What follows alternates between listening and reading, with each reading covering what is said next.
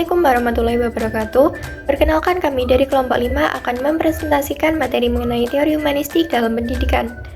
Teori ini sangat penting untuk dipahami karena tidak hanya membahas pencapaian akademik, tetapi juga bagaimana pendidikan harus memanusiakan manusia.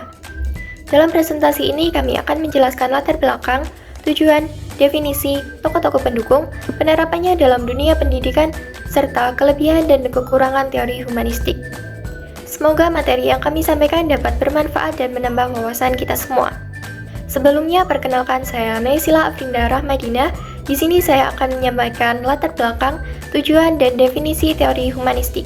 Pada latar belakang dijelaskan bahwa pendidikan pada dasarnya bukan hanya sekadar proses transfer ilmu pengetahuan dari guru kepada siswa, tetapi juga sebuah upaya untuk membentuk manusia seutuhnya.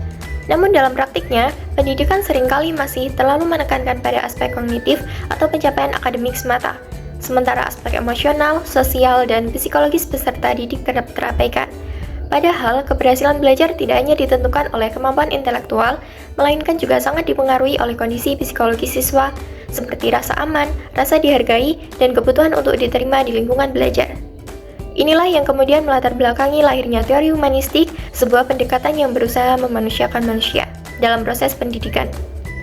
Teori ini muncul sebagai respon terhadap pendekatan pendidikan yang terlalu mekanistik, kaku, dan berpusat pada guru. Melalui teori humanistik, pendidikan dipandang harus mampu memberikan ruang bagi siswa untuk tumbuh dan berkembang sesuai dengan potensinya, serta membantu mereka menemukan makna dari dalam setiap proses belajar. Pemikiran ini banyak dipengaruhi oleh tokoh-tokoh psikologi humanistik seperti Abraham Maslow dan Carl Rogers. Tujuan pembahasan ini yang pertama memahami apa itu teori humanistik dalam konteks pendidikan, kedua mengenal gagasan utama para tokoh pendukungnya, terutama Abraham Maslow dengan teori hierarki kebutuhan dan Carl Rogers dengan konsep pembelajaran yang berpusat pada siswa, dan yang ketiga melihat bagaimana teori ini bisa diterapkan dalam proses belajar mengajar baik di sekolah maupun dalam lingkungan pendidikan lainnya. Sehingga teori ini tidak hanya bersifat teoritis, tetapi juga aplikatif. Definisi teori humanistik. Teori humanistik dalam pendidikan merupakan suatu pendekatan yang memandang manusia sebagai pribadi yang utuh, dengan skala aspek kebutuhan, perasaan, dan potensinya. Pendekatan ini tidak hanya fokus pada pencapaian akademik, tetapi lebih menekankan pada pertumbuhan pribadi dan perkembangan diri. Menurut teori ini, proses belajar dikatakan berhasil apabila siswa merasa merdeka, aman, dihargai, dan mampu menemukan makna dari apa yang dipelajarinya. Belajar bukan hanya sekedar menghafal fakta atau mengejar nilai tinggi, tetapi juga melibatkan pemahaman diri, hubungan sosial, dan pencarian jati diri. Oleh karena itu, keberhasilan belajar diukur bukan hanya dari prestasi akademik, melainkan juga dari sejauh mana siswa mampu mengenal dirinya sendiri, memahami lingkungannya, serta menggunakan pengetahuan untuk mengembangkan potensi dan mencapai aktualisasi diri. Dalam pandangan humanistik, guru berperan bukan sekedar sebagai penyampai ilmu, tetapi juga sebagai fasilitator dan motivator yang menciptakan suasana belajar yang menyenangkan, penuh penghargaan, dan mendukung kebebasan berekspresi. Dengan demikian, pendidikan menjadi sarana untuk membantu siswa berkembang secara menyeluruh, baik dalam aspek intelektual, emosional, sosial, maupun moral. Saya akan menjelaskan tentang kajian teori dalam pembelajaran humanistik. 1. Menekankan kesadaran, kebebasan, dan potensi positif, yang berarti ini melihat manusia bukan hanya sebagai makhluk hidup yang berhubungan secara pasif, tapi aktif menciptakan makna dan tujuan hidup. Yang kedua, belajar proses pengembangan diri, bukan sekedar transfer pengetahuan saja. Jadi belajar bikin kita tumbuh, berubah, dan menjadi pribadi yang lebih baik dari hari kemarin. Yang ketiga, siswa sebagai pusat pembelajaran. Artinya siswa aktif terlibat dalam proses belajar, bukan hanya mendengarkan guru saja. Mereka didorong bertanya, berdiskusi, dan mengadakan penyelidikan materi yang lebih mendalam. Prinsip-prinsip mendasar teori humanistik yaitu 1. Aktualisasi diri, yaitu berkembang sesuai dengan standar kemampuan diri sendiri. Contohnya, siswa aktif mengembangkan bakat seni, olahraga, menulis sesuai dengan minatnya untuk merasa lebih percaya diri. Yang kedua, penghargaan diri, sikap menghargai dan menerima diri sendiri dari segi kemampuan, karakter, usaha agar bisa menerima kekurangan dan termotivasi buat terus untuk belajar. Yang ketiga, kesadaran diri, yaitu kemauan untuk mengenali perasaan, pikiran, dan tindakan diri sendiri secara terbuka. Contohnya sadar saat marah, sedih, dan mencoba tenang untuk menghadapi keputusannya sendiri.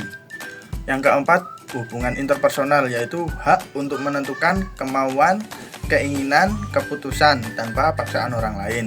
Yang kelima, hubungan interpersonal, yaitu hubungan antar pribadi yang dibangun lewat interaksi sosial di antara dua orang atau lebih yang saling memberi pengaruh baik.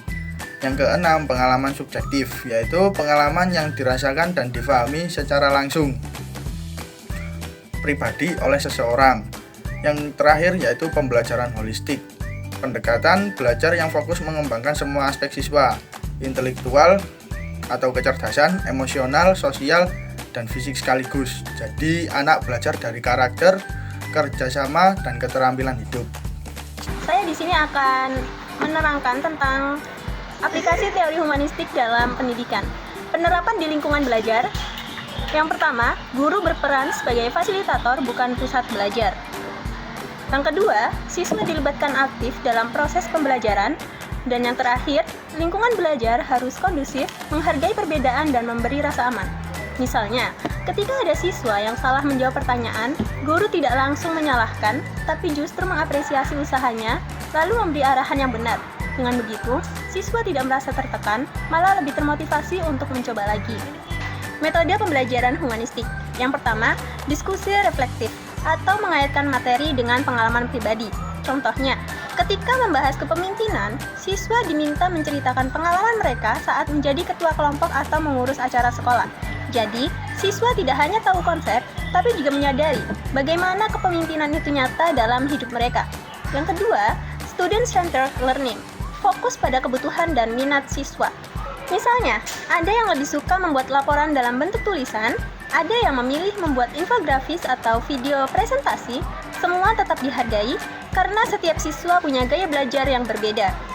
Yang ketiga, experiential learning, belajar dari pengalaman nyata. Guru memberi kesempatan siswa untuk praktik langsung, proyek atau simulasi. Contoh, saat belajar IPA tentang fotosintesis, siswa tidak hanya diberi teori, tapi langsung diajak menanam tanaman dan mengamati pertumbuhannya. Itu jauh lebih bermakna karena mereka benar-benar mengalaminya sendiri. Keempat, bimbingan dan konseling.